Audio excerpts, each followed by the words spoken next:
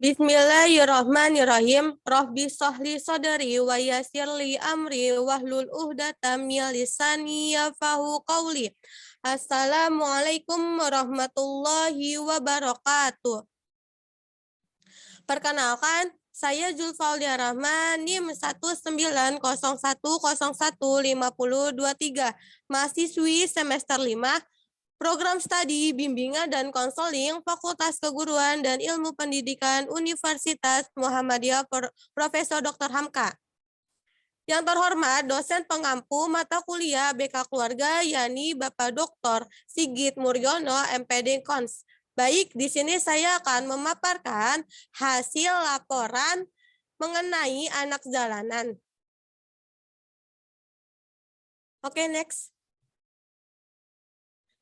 Di sini ada nomor kode 001 tanggal 2 Januari 2022 pertemuan pertama dengan format individu. Lalu ada nomor kode 002 tanggal 8 Januari 2022 pertemuan kedua dengan format individu. Di sini ada identitas pribadi klien, nama Rizky Hidayat, jenis kelamin laki-laki, umur 14 tahun, pendidikan tidak sekolah, pekerjaan pengamen, status perkawinan yaitu belum kawin. Dan di sini ada dokumentasi hasil wawancara atau pada tahap konseling.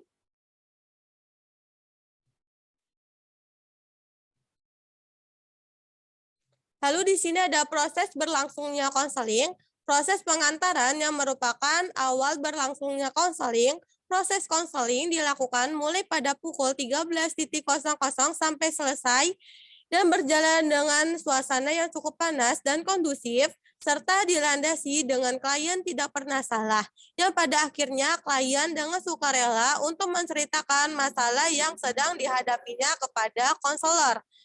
Di sini ada masalah klien, yaitu seorang pengamen yang berhenti sekolah pada saat pandemi COVID-19 karena permasalahan ekonomi yang menurun. Selanjutnya di sini ada gejala masidu, di mana gejala masidu ini adalah rasa aman, klien merasa tidak aman, klien mengalami depresi, tidak bisa melanjutkan sekolah karena faktor ekonomi yang menurun ketika masa pandemi COVID-19 sedang naik-naiknya. Jadi rasa amannya merasa terganggu. Lalu yang kedua ada kompetensi. Diri pribadi klien sangat tidak produktif karena tidak ada kemauan untuk kembali sekolah dan melanjutkan pendidikannya. Klien hanya ingin bekerja menjadi pengamen. Aspirasi, yaitu klien ingin melakukan yang terbaik untuk orang tuanya agar tidak mengalami kesulitan dalam perekonomian. Semangat, di mana semangat ini klien memiliki motivasi dan semangat untuk bekerja membantu perekonomian orang tuanya. Selanjutnya di sini ada kesempatan, di mana kesempatan ini klien merasa sangat berarti di dalam hidupnya, dikarenakan klien selalu berusaha dan bekerja keras untuk membantu orang tuanya. Oke, next. Di sini ada pengkajian awal, di mana pengkajian awal yaitu klien merasa kurang dalam membantu kedua orang tuanya di dalam perekonomian. Lalu yang kedua, klien merasa harus tetap menjadi tulang punggung orang tuanya. Yang ketiga, klien merasa sangat bersyukur karena perekonomiannya bisa kembali normal. Selanjutnya di sini ada penetapan yang akan dirubah, yaitu yang pertama, klien merasa dirinya itu malas dan tidak produktif karena sudah berhenti sekolah sehingga ia bekerja untuk membantu perekonomian kedua orang tuanya. Lalu menjaga amanah untuk membantu perekonomian kedua orang tuanya. Selanjutnya klien bisa lebih mendekatkan dirinya kepada Tuhannya. Lalu di sini ada tujuan yang akan dicapai. Yang pertama, hilangnya rasa malas dan harus lebih produktif untuk meningkatkan perekonomian kedua orang tuanya agar bisa sekolah kembali. Yang kedua, klien dapat memberikan rezekinya kepada kedua orang tuanya. Lalu yang terakhir, klien dapat terhindar dari rasa iri dan dengki kepada orang lain yang ekonominya lebih tinggi daripada klien. Oke, next.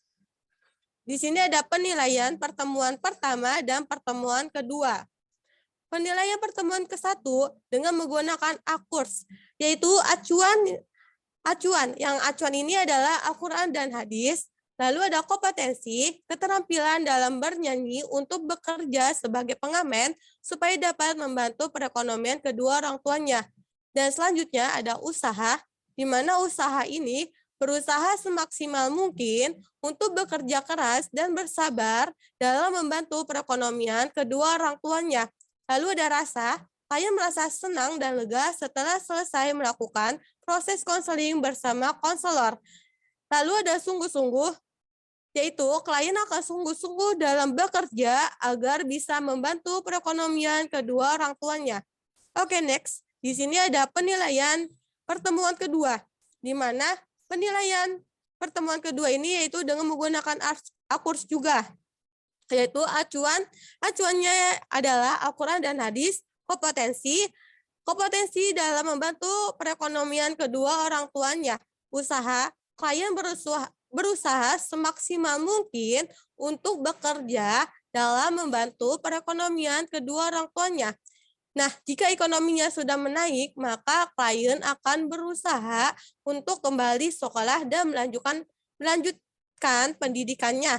Lalu di sini ada rasa, di mana rasa ini klien merasa senang dan cukup lega sekali setelah selesai melakukan proses konseling bersama konselor, karena setelah melakukan konseling bersama konselor, klien mendapatkan banyak saran dan juga masukan terhadap permasalahan yang sedang dialami oleh klien.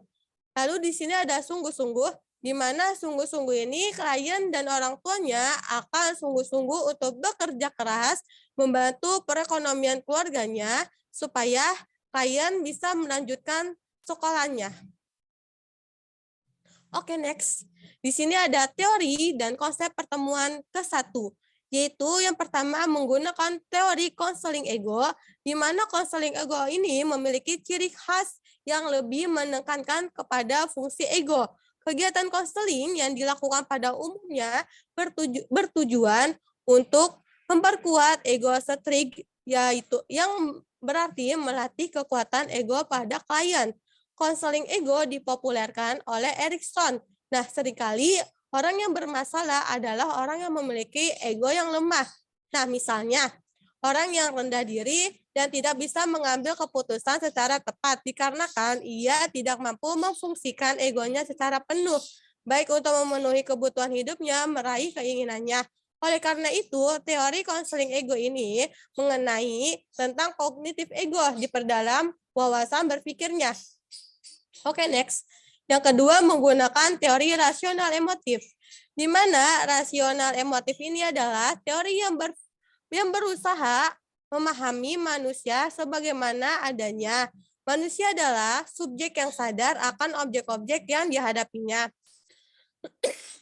Manusia adalah makhluk berbuat dan berkembang dan merupakan individu dalam satu kesatuan, yang berarti manusia bebas berpikir, bernafas, dan berkehendak. Oleh karena itu, rasional emotif mengenai tentang berpikir rasional dan irasional. Oke, next. Nah, selanjutnya di sini ada teori dan konsep pertemuan kedua, di mana teorinya itu yang pertama ada teori Bowen. Nah, di sini ada Bowen berasumsi bahwa keluarga merupakan faktor terpenting bagi individu. Family terapi adalah tindakan psikoterapeutik keluarga untuk memperbaiki fungsi psikologisnya. Family system terapi adalah jenis terapi keluarga yang berkonsentrasi pada interaksi anggota keluarga dan melihat seluruh keluarga sebagai sebuah kesatuan atau sistem. Nah, teori Bowen berfokus pada keseimbangan dua kekuatan. Yang pertama adalah kebersamaan dan yang kedua adalah individualitas. Oleh karena itu, teori Bowen mengenai tentang kesatuan emosional dalam hubungan keluarga.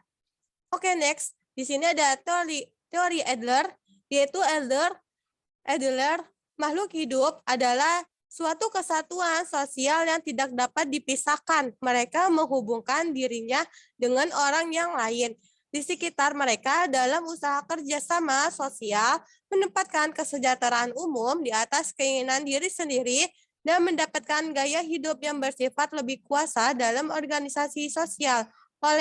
Karena itu, teori Adler mengenai tentang individu klien dan bermasalah hidupnya selalu bersifat sosial.